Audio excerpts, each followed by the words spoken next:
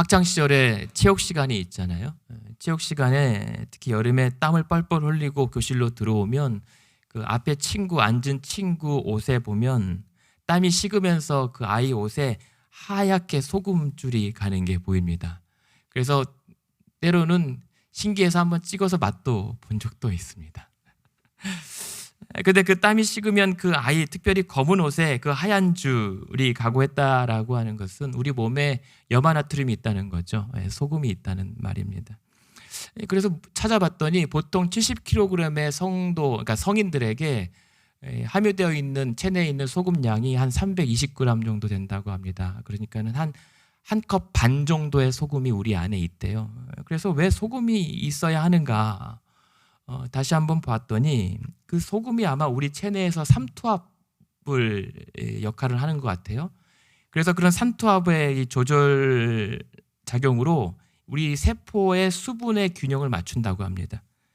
그래서 혈압을 조절하고 그다음에 신경 신호를 전달하는 그런 역할에 중요한 역할을 또 담당하고 우리의 근육도 수축 이완에 또 영향을 준다고 하고 우리 소화에도 큰 역할을 한다고 합니다. 그러니까 이 소금이 우리 체내에서는 필수적인 생리 과정의 핵심 역할을 하고 있다는 겁니다. 이 말을 종합해 보면 한마디로 정리될 것 같아요. 사람이 소금 맛을 잃는다라고 하는 것은 죽는다라고 하는 것과 같은 의미로 보여집니다. 그런데 그만큼 중요한 소금에 예수님께서는 오늘 본문에 우리를 세상의 소금이라고 규정을 합니다. 이 말은 어떤 분의 말을 빌자면 마찬가지로 사람에게 소금이 없을 수 없다라고 하는 것처럼 성도와 교회를 향해서 너희가 세상의 소금이다라고 하는 것은 성도와 교회가 소금이 아닐 수가 없다. 소금이 아닌 것이 더 힘들다라고 하는 말이기도 합니다. 그러니까 고대 사회에서 이 소금은 하얀 금, 화이트 골드라고 표현할 정도로 귀한 가치입니다. 물론 지금도 그렇죠. 그래서 로마에서는 이 소금 썰트를 라틴어로 셀러리움이라고 해서 셀러리 있잖아요. 소금을 월급으로 주기도 했고 세금으로 매기기도 가치로 매기기도 했습니다. 그만큼 소금은 대단히 예전부터 중요한 가치였고 그 외에 뭐 음식을 썩는 걸 보존하거나 우려 목적으로 그다음에 제사나 예배 때 구약의 예배 때도 이 소금을 같이 곁들이기도 했습니다. 근데 우리가 일반적으로 당시 사회에 소금을 얻을 수 있는 방법은 천일염이죠. 바닷물을 모아서 증발시켜서 얻어낸 이 소금들. 근데 이때 바닷물을 증발시켜서 얻은 이 소금에 순수한 소금으로만 모아지지 않으면 그것을 하얗다고 해서 다 소금으로 걷어들였는데 이 소금이 습기로 녹아질 때 그 안에 다른 요소, 다른 물질이 섞여 있으면은 혼합이 되죠. 그래서 그러다 보면은 소금이 짠맛을 내는 것이 아니라 텁한 맛, 쓴맛 같은 것을 내게 됩니다. 그래서 요즘에도 쓴맛 나는 소금이 있죠. 그래서 만약에 그런 원래 소금이 짠맛을 내지 못하고 쓸모없는 맛이 되면은 오늘 말씀처럼 13절에 그 소금이 맛을 잃으면 쓸데없어 다만 밖에 버려져 사람들의 짓밟혀질 것이다 라고 하는 것이 그 이야기입니다. 그러니까 순수한 소금이 되지 않으면, 짠맛을 내지 않으면. 근데 예수님께서 너희가 세상의 소금이라고 얘기했을 때에 이것은 당시 부패한 성전, 특별히 유대 사회 지도자들을 겨냥한 것일 거예요. 그런 것처럼 세상에 없어서는 안 될, 오히려 부패를 방지하고 세상을 정결케 해야 될 성과 같은 역할을 해야 될 종교가, 신앙이 오히려 부패하여 쓸모없게 되면 그렇게 사람들 앞에 버려져 밟히게 될 것이다 라는 말이죠. 그래서 다시 한번 예수님께서 너희는 세상의 소금이어야 한다라고 하는 것은 그냥 단순히 잘못되는 것을 막는 것이 아니라 더 그 선을 넘어 세상과 사람들에게 유익한 영향력을 끼치기를 원하셨기 때문에 너희는 세상의 소금이라고 말씀하신 겁니다. 그런데 그런 역할을 하지 못하면 결국은 밖에 버려져서 사람들의 짓밟힐 것이다 라고 얘기했을 때 여기서 아무 쓸데없다라고 하는 것은 제대로 힘을 발휘하지 못하는 유명무실한 것, 아무것도 아닌 것이거든요. 그 웅장하고 화려한 성전과 그 많은 제사장들과 그 서기관들의 무리를 보면서 만약에 그 말을 하셨다면 그 말을 오늘 우리 교회와 우리 각자의 신앙에 한번 대입을 해보죠. 오늘 예수님께서 우리와 교회들을 향해서 보실 때 너희는 세상의 소금인가 아니면 버려져야 할 것인가 라고 어떻게 보실까요? 공교롭게도 올 초에 나왔던 CBS 한 뉴스의 기사인데요. 한번 보시죠. 올해 이 개신교 신뢰도에 대해서 조사를 했었던 결과입니다. 그런데 모든 비개신교인, 그러니까는 믿지 않는 사람들에게 물었던 항목 중에 이런 제목이 있습니다. 불교, 천주교, 개신교, 기독교, 또 기타 종교에 대해서 신뢰도를 물었더니 불교가 가장 높고요. 불교를 가장 신뢰하고 천주교를 그 다음으로 신뢰하고 기독교가 어디에 있죠? 저는 제일 위에 높은 그래프인 줄 알았는데 제일 첫 번째 14%의 그래프에 기독교를 신뢰한다라는 결과가 나왔습니다. 네, 내려주시죠. 근데 이 말을, 이 설문조사 결과를 그대로 받아들여 본다면 저것이 절대적인 기준이 될 수는 없겠죠. 하지만 세상이 우리 교회와 성도들을 바라봤을 때의 신뢰도가 14% 정도라고 했을 땐 혹시 오늘 우리 교회와 성도는 이미 맛을 잃고 밖에 버려져 사람들에게 밟히고 있다라고 진단하는 것이 옳지 않은가 생각을 좀 해보았습니다. 그러니까 안타깝죠. 근데 사실 저 결과보다는 더 좋을 수 있어요. 그러나 왜 이렇게까지 되었을까 고민할 수밖에 없습니다. 그래서 이 초대교회 크리소스톰이라고 하는 유명한 이 설교가 있는데 이 말을 누군가 인용해요. 만일 그리스도인들이 믿지 않는 불신자들의 기대만큼만 살아도 세상의 불신자들은 사라질 것이다. 그러니까 우리가 세상의 기준의 상식선에서만 신앙생활을 해도 세상의 불신자들, 믿지 않는 자들은 이미 없었을 것이다 라고 하는 말입니다. 이 말을 역으로 돌아보면 오늘날 우리와 교회가 신뢰를 얻지 못하는 이유는 우리가 세상의 기준과 상식선에 혹시 못 미치기 때문에 그러한 결과를 얻은 것은 아닌가 조심스럽게 돌아보게 되는 겁니다. 하지만 너무 포기하지 말라고 하십니다. 예수님께서 이어지는 말씀은 그래서 14절에 보면 예수님 뭐라고 하시죠?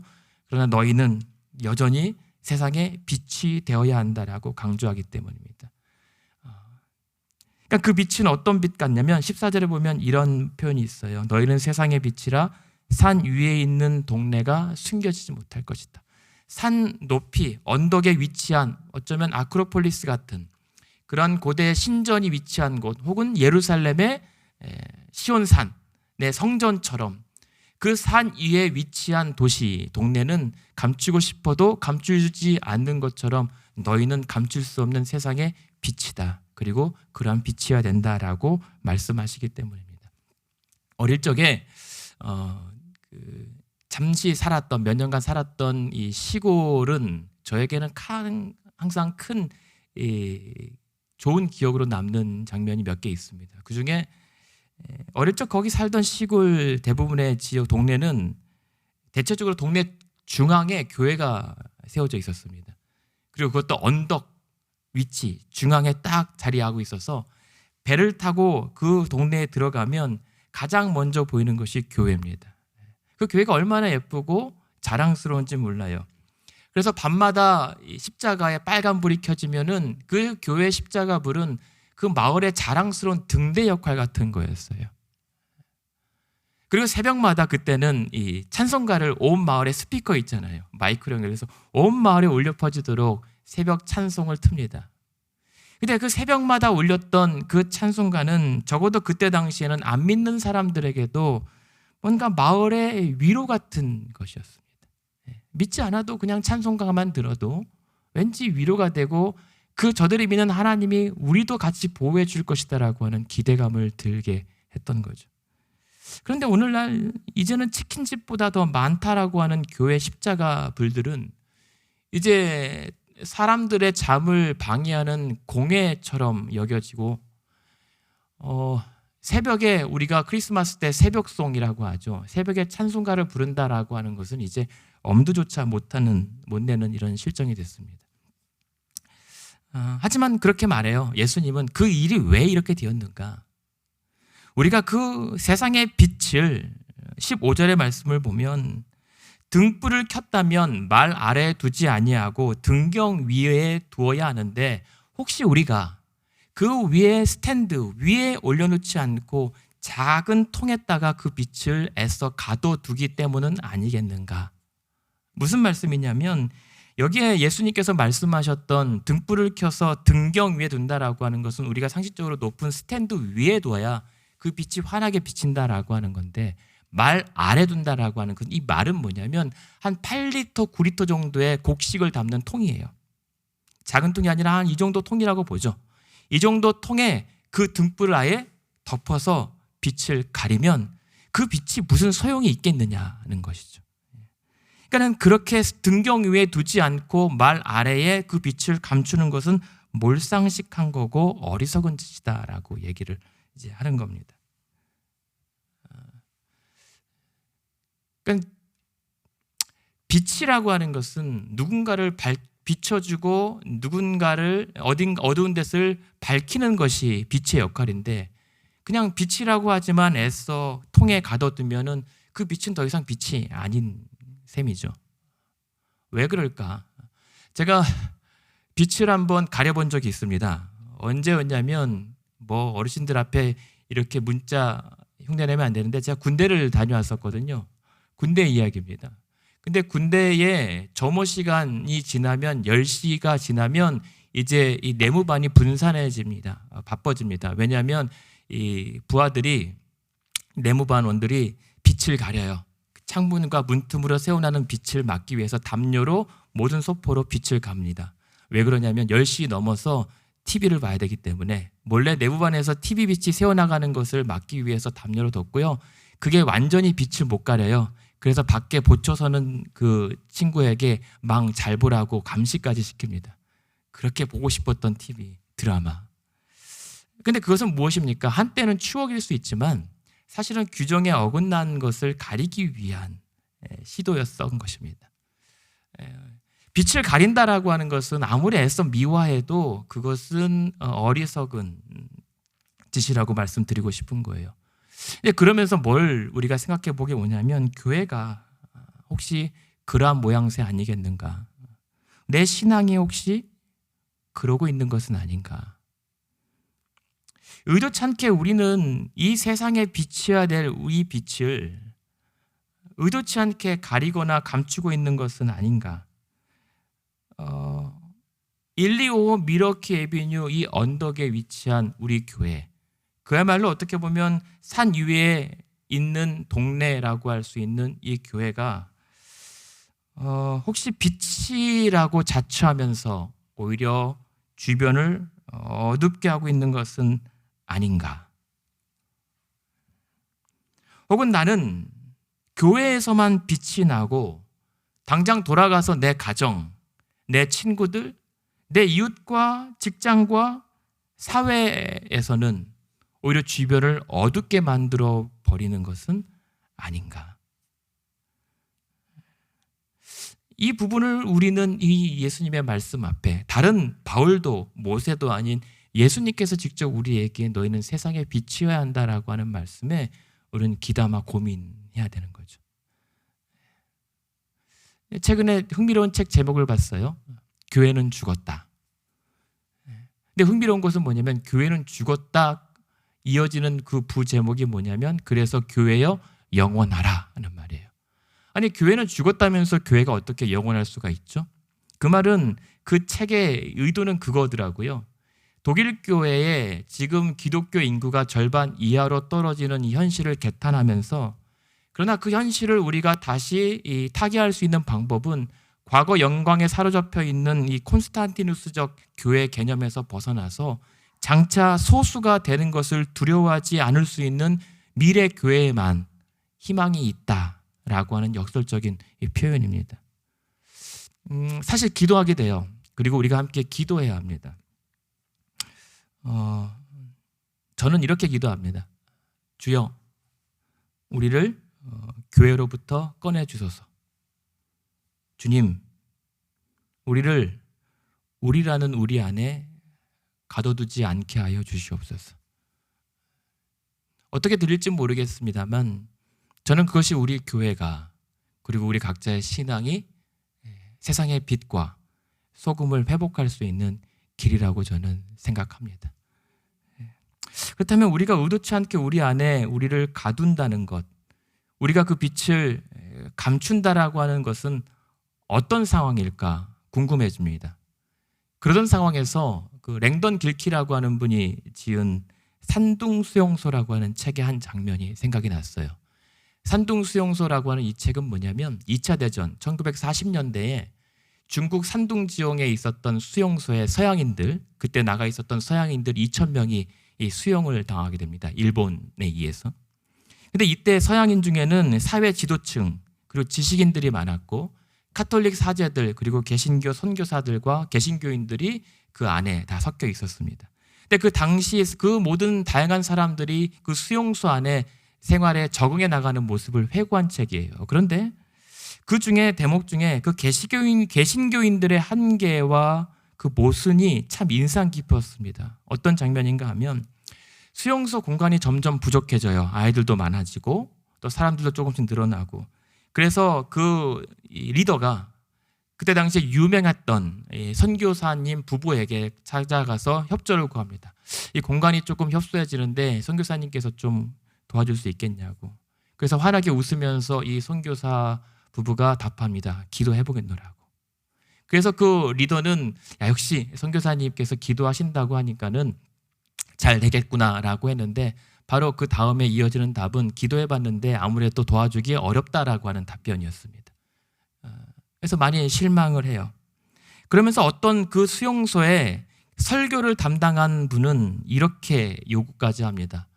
그렇지 않아도 수용소 공간이 부족한데 내가 그럼에도 불구하고 나는 설교를 준비해야 되기 때문에 내가 집중하여 설교를 준비할 수 있는 개인 공간을 마련해달라고 오히려 요구할 정도가 돼버렸습니다. 그러니까 그러면서 이 저자가 보면서 아니 오히려 그냥 일반 사람들과 심지어 가톨릭 신부님들은 여러 사람들과 다양하게 섞일 줄 알았는데 개신교인들과 개신교 선교사님들은 좀처럼 그러지 못했다라고 하는 거예요.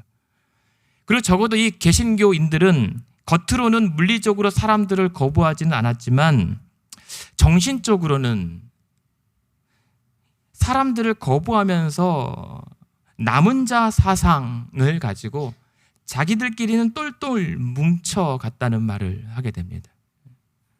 그러니까 그래서 이 저자가 랭던 길키가 이렇게 얘기해요. 아니 개신교인들은 원래대로라면 사명과 삶을 통해서 세상을 사랑하고 섬겨야 되는데 그러기는 않고 오히려 세상과 상관없이 자기 자신만 거룩하게 유지하는 데에 집중하고 있었다. 그러면서 자기 자신만 거룩하는 데 집중하였다면서도 도리어 번영과 안전과 명예 같은 세상의 기본 가치들은 더 많이 받아들이더라 라고 얘기합니다. 그러면 그럴수록 그 개신교 믿는 자들이 추구했던 거룩함이라고 하는 것은 갈수록 사소해져만 갔고 이들은 수용소 안에서도 기독교인들하고만 함께 할 때 그때만 행복하다라고 얘기를 했다라고 얘기합니다. 이게 산둥수용소에 기독교인들이 적응해 나가는 모습이었어요. 그러면서도 율법이라고 하는 잣대를 이용해서 타인에게 믿음을 권유하지만 사실상은 내가 당신보다 더 나은 존재라고 하는 것에 강조하기 위한 수단에 불과했고 그 율법을 이용해서 다른 사람을 비난하고 정죄하면서 스스로는 영적으로 조금 높다라고 하는 사실을 드러내는 도구로 사용했다라고 얘기합니다. 이 모습이 생각난 것은 1940년대에 그 산둥 지역에 있는 수용소 안에 있는 성도들의 모습과 오늘 2025년 세상 속에 세워진 교회와 살아가는 성도들의 모습이 별반 크게 다르지 않다라는 생각 때문입니다. 그래서 오늘 예수님께서 너희는 세상의 소금이고 너희는 세상의 빛이어야 한다라고 하는 이 말씀, 그래서 그 말씀 앞에 우리가 던져야 하는 질문, 우리는 과연 세상의 소금인가? 그리고 세상의 빛인가? 라고 하는 이 질문은 이런 말이에요. 과연 너희는 사람들에게 필요한 존재인가? 과연 너희 교회는 사람과 이웃과 지역에 굳이 없어도 큰 지장 없는 계륵 같은 존재인가를 물어보는 거예요. 여러분, 우리는 어떻습니까? 우리 교회는 굳이 이 125 미러키 에비뉴 지역에 있지 않아도 되는 교회입니까? 아니면 반드시 있어야만 하는 교회입니까? 여러분들의 신앙은, 여러분의 믿음은 여러분의 가정에서 굳이 드러내지 않아도 되는 신앙입니까? 아니면 여러분의 친구들과 이웃들 사이에 여러분들의 믿음은 반드시 있어야만 하는 역할입니까? 우리는 물어야 합니다. 그럼에도 불구하고 예수님은 이렇게 얘기하죠. 16절에 너희 빛이 반드시 사람 앞에 비치게 하라라는 것입니다.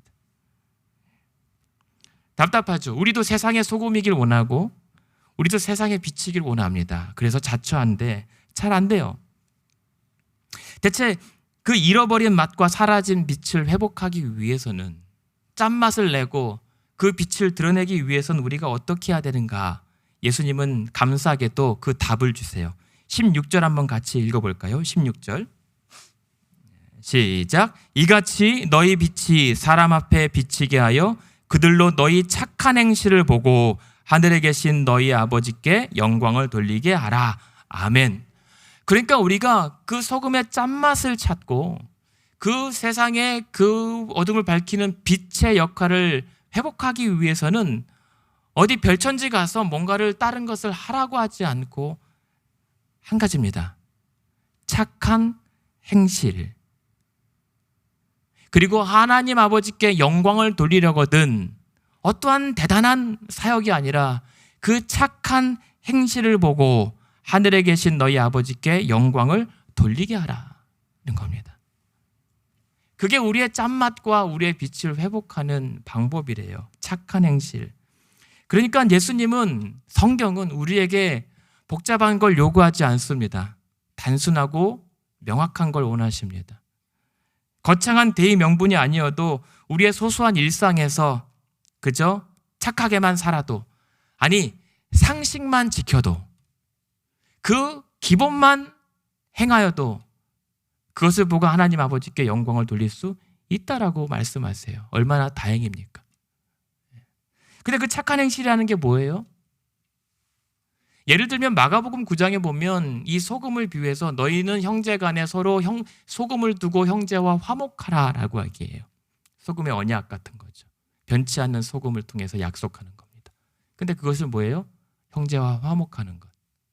그러니까 그 착한 행실이라고 하는 것은 앞으로 계속 예수님께서 산상수훈이라고 하는 것을 통해서 계속 우리에게 알려주실 형제와 화목하는 것. 24절 미리 볼까요? 예물을 제단 앞에 두고 먼저 가서 형제와 화목하고 그 후에 와서 예물을 드리는 것. 형제와 잘 지내는 겁니다. 28절에 보시면 뭐가 있을까요? 마음에 이미 간음을 하지 않는 것. 이웃을 사랑하는 것. 44절 한번 보실까요? 너희 원수를 사랑하며 너희를 박해하는 자를 위하여 기도하는 것. 원수를 사랑하는 것. 46절 한번 볼까요? 너희가 너희를 사랑하는 자를 사랑하면 무슨 상이 있으리요? 세리도 이같이 아니하느냐. 사랑할 수 있는 자만 사랑하는 것이 아니라 사랑할 수 없는 자까지도 사랑할 수 있는 것. 그것이 착한 행실입니다. 이것은 단순히 윤리적 차원이 아니라 선교적 차원이에요. 그것을 통해서 세상의 짠맛 그리고 어둠을 밝히는 빛의 역할을 넉넉히 감당할 수 있다는 겁니다. 멀리, 물론 오지 선교도 필요하고 열방 땅끝까지 가서 우리가 단기 선교하는 것도 중요하지만 그러지 못한다면 가장 가까운 성도 간에 서로 화목하고 이웃과 친구 간에 사랑하고 사랑할 수 없는 대상을 향하여 품고 기도한다면 그것을 통해서 아버지께 영광을 돌릴 수 있다라고 하는 말씀입니다.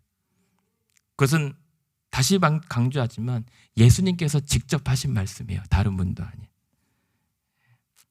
그래서 이러한 착한 행실은 6장 1절에 보면 사람에게 보이려고 하지 않고 하나님 아버지께 영광 돌리려고 하는 것입니다. 그래서 하나님께서 보고 알아주심입니다. 저는 그것을 한 단어로 표현 좀 빌려서 인용하고 싶어요. 시민교양. 이것도 리차드 마우라고 하는 분이 지은 무례한 기독교라고 하는 책에 나온 용어인데요. 기독교가 세상의 다원주의 사회를 살아갈 때 세상의 소금과 세상의 빛의 역할을 자처하면서 너무 일방적이고 무례하게 방식을 행한다라고 하는 것이죠. 그러나 그게 아니다. 시민 교양을 갖춰야 된다. 그러니까 교양 있는 그리스도인이 되어야 된다. 저는 이 말에 공감하고 동의합니다. 그러니까 우리 믿는 자들, 오늘날 이 현대 사회에서 교회와 성도들의 교양이라고 하는 것은 중세 방식이어서는 안 된다는 거죠. 중세 십자군 원정식의 그런 저돌성이 아니라 오히려 정말 다양한 사람들이 이루고 있는 이 사회 안에서 그리스도인으로서 갖춰야 될 교양은 크게 두 가지. 바르고 품격 있는 언어를 사용하는 것. 다른 한 가지는 그래서 신의 성품을 지니는 것. 언어만 잘 사용해도 그리고 예수님 닮은 성품, 신성한 성품만 지녀도 된다. 이 말에 저는 공감합니다. 근데 그 신의 성품이라고 하는 것은 이미 베드로후서 1장에도 신성한 성품이라고 하는 성품을 얘기해요. 베드로가 뭐라고 얘기하냐면 그 신의 성품이라고 하는 것은 이런 겁니다. 우리가 이 땅에서 정욕으로 썩어질 것을 피하되 우리 믿음만 있는 것이 아니라 믿음의 덕을 쌓는 것이고 그 믿음의 덕 위에는 바른 지식을 얻는 것이고 그 바른 지식이 얻는 그 믿음에는 절제가 함께 들어가는 것이고 그 절제한다는 그 믿음에는 인내가 같이 곁드는 것이고 그 인내하는 믿음 위에 경건함이 쌓이는 겁니다.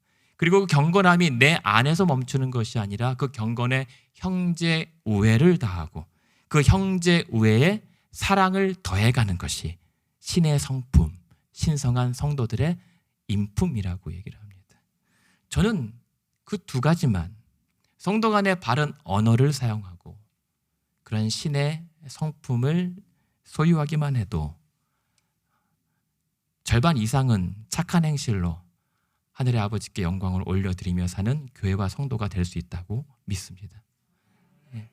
그런 사람 있잖아요. 제 친구 중에 항상 그 친구는 그랬거든요. 위아래로 다 명품을 둘렀다라고 자랑을 하는데 몰랐어요. 자기가 말하기 전까지는 그게 명품인지 몰라요. 무슨 말입니까? 명품으로 둘러도 폼나지 않는 사람이 있습니다. 반면에 티셔츠 하나만 걸쳐도 품이 있는 사람이 있어요. 정말 화려한데 손님이 하나도 없는 식당이 있고 정말 쓰러질 듯 허름한데 손님이 줄 서는 소문난 맛집이 있어요. 그런 것처럼 교회 역시 멋이 아니라 맛입니다. 마찬가지로 성도 역시 폼이 아니라 품위입니다. LA 산불 피해 구제를 위해서 지금 이제 선교를 준비하고 고민 중에 있는데 마침 지난 작년에 2단 세미나로 우리에게 또 말씀해 주신 양영주 목사님께 연락이 왔습니다. 그러면서 한 링크를 보내주셨는데 지금 현재 LA 그 산불 피해 현장에 신천지 이단들이 벌써 현지인들을 통해서 교묘하게 파고 들어와 있어서 뉴스 인터뷰까지 하고 있다는 사실입니다. 그러니까 그 소식을 들으면서 네, 같이 나누겠습니다라고 하면서 답답한 것은 우리가 우리 안에서 허둥지둥하는 새에 세상은 정말 빠르게 변해가고 있고 이 순간에도 우리보다 더 열심인 악한 세력과 권세는 쉬지 않는 열심으로 지금 일하고 있다는 사실입니다. 그래서 이런 상황 가운데 그렇다면 우리 교회가, 저와 여러분, 우리 성도들이 이 짠맛, 소금맛과 우리의 빛을 제조할 수 있는 비법이 있더라고요. 당장 힌트가 뭐냐면, 제가 힌트 하나 드릴게요. 이 맛과 이 빛을 회복하는 비결의 힌트, 비법입니다. 아무한테나 안 알려준다는 뜻이에요. 그 노래로도 불려진 그 류시화 씨의 시가 있어요. 그 시의 제목이 소금인형입니다. 소금인형이라고 하는데, 이제 갑자기 무슨 뚱딴지 같은 가요냐, 이게 바다의 깊이를 재기 위해 바다로 내려간 소금인형처럼 당신의 깊이를 알기 위해, 뭐 이렇게 들어간 이 소금인형은 그 당신의 깊이를 알기 위해서 바다로 뛰어 내려갔기 때문에 그 소금인형은 흔적도 없이 녹아버렸다라고 얘기하는 겁니다. 그게 첫 번째 힌트고요. 두 번째 힌트는, 그러고 보니까 구약의 성막의 등불을 밝힐 때 그 등불을 밝혔던 감람류는 어떻게 만들어야 되냐면, 그것을 빻고 찧어낸 아주 순결한 기름만 써야 했습니다. 뭘까요? 자기 죽음, 자기 부인. 이것이 이 맛과 빛을 회복할 수 있는 비법입니다. 오늘 이 본문의 위치가 어디에 있습니까? 오늘 13절부터 16절까지가 세상의 소금과 빛인데, 그 앞에 있는 본문이 뭐예요? 우리가 신년 특별 새벽 기도회 때 봤던 팔복 5장 1절부터 12절이 위치합니다. 그 팔복 다음에 위치한 이유는 뭘까요? 오직 이 소금 맛, 그리고 이 빛은 오직 심령이 가난한 자만이, 그리고 울며 애통할 수 있는 자만이, 그런 어려움 가운데 온유한 자만이, 그럴수록 더 의에 줄이고 목마를 수 있는 자만이, 오히려 남을 긍휼히 여길 수 있는 자들, 그리고 마음이 더욱 청결하고 오히려 세상과 하나님을, 그리고 형제와 형제를 화평케 할 수 있는 자, 그리고 그 의를 위하여 박해를 기꺼이 받은 자들이 모여 하늘의 팔복을 누리며 사는 교회에 나는 당연한 맛이라는 것입니다. 그래서 이 빛이라고 하는 것은 오늘 10절 11절에 보면, 그래서 이 의를 위해서 욕먹고 박해받고 거짓으로 억울함 당해도 그 억울함과 박해의 고통으로 인해서 눈물로 뒤범벅이 되고 어떻게든 버텨내라고는 땀으로 얼룩지들지라도, 그러나 하늘의 상이 크기 때문에 기뻐하고 즐거워할 수 있는 성도들, 하늘 성도에게서만 뿜어나오는 그 당연한 빛의 아우라 같은 겁니다. 아우라, 신성하고 신비하고 경건하고 엄숙한 빛 같은 것 말입니다. 그게 오늘 우리의 빛이어야 되고 우리 교회에 마셔야 합니다. 결론입니다. 때로는 교회 때문에, 그래서 여러분의 삶 때문에, 믿음의 어떤 이 고충 때문에 때로는 아프고 속상해서 울고 싶고 정말 눈물만 나올 수 있어요. 괜찮습니다. 그리고 오히려 어쩌면 우리는 더 부서져야 하고 더 깨워져야 하고 더 아파서 울어야 할 수 있습니다. 하나님 앞에서. 하지만 그래서 만약 우리의 심령이 더 가난해질 수 있다면, 그래서 하나님 앞에서 하나님 나라를 위하여, 백성들을 위하여 더 애통할 수 있다면, 그리고 하나님께서 하실 일들을 위하여 그 기다림에 우리가 온유할 수 있다면, 그래서 더 하나님의 일들을 더 목말라하고 굶주릴 수 있다면 괜찮습니다. 오히려 우리는 더 아파하고 울어야 할지 모릅니다. 왜냐하면 그것이 우리가 다시 소금과 빛이 되어가는 과정이기 때문입니다. 이 예를 마치고 말씀드리고 마치죠. 어떤 누군가의 예처럼 한 교수가 학생들에게 실험을 시켰는데 멀쩡한 상자 하나를 떡 하니 앞에 가지고 나왔습니다. 근데 그 멀쩡한 상자 안에 등불을 넣었는데 하나도 빛이 새어나지 않았습니다. 그런 다음에 학생들에게 나와서 이 상자를 부수라고 했습니다. 그래서 학생들이 밟고 부수고, 그래서 상자는 찌그러졌습니다. 찢겼습니다. 그리고 그 교수가 그 상자를 다시 테이블에 올려놓고 그 안에 등불을 넣습니다. 그런데 놀랍게도 그 멀쩡한 상자에서 나오지 않던 빛은 깨지고 부서져 버린 그 상자 안에서, 그 깨진 틈새로 더 오묘하고 신비롭게 그 빛이 새어 나왔습니다. 어쩌면 우리가 그렇게 이 땅 살아가면서 깨어지고 부서질지라도 우리의 연약한 그 틈을 통해서 그 짠맛과 그 빛이 드러날 수 있을 것입니다.